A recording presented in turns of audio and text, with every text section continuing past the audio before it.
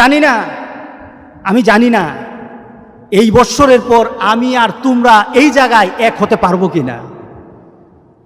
রাসূল নিজের অবস্থানকে বর্ণনা করে দিলেন, পরবর্তী বৎসর আর আসতে পারবেন না, এটা রাসূল ইঙ্গিত করে জানিয়ে দিলেন। হয়তো এরপরে আর আমার সাথে আর তোমাদের সাথে একসাথে আর কোনোদিন আমরা হতে পারবো না। এরপর রাসূল সাল্লাল্লাহু আলাইহি সাল্লাম বললেন, আলা কুল্লু শাইইন মিন আমরিল জাহিলিয়াতি তাহতা কাদামি। ও আমার সাথীরা, ও আমার মুসলমানরা, ও আমার সাহাবীরা, তোমাদের আগে একটা যুগ ছিল, এটা হলো অন্ধকারের যুগ, জাহিলি যুগ। যুগটার নাম কি? অন্ধকারের যুগ, জাহিলি যুগ। জাহিলি হয়েছে এই কারণে নবী ছিল না, জাহিলি হয়েছে এই কারণে কোরআন ছিল না, জাহিলি হয়েছে এই কারণে আমার রাসূলের সিরাত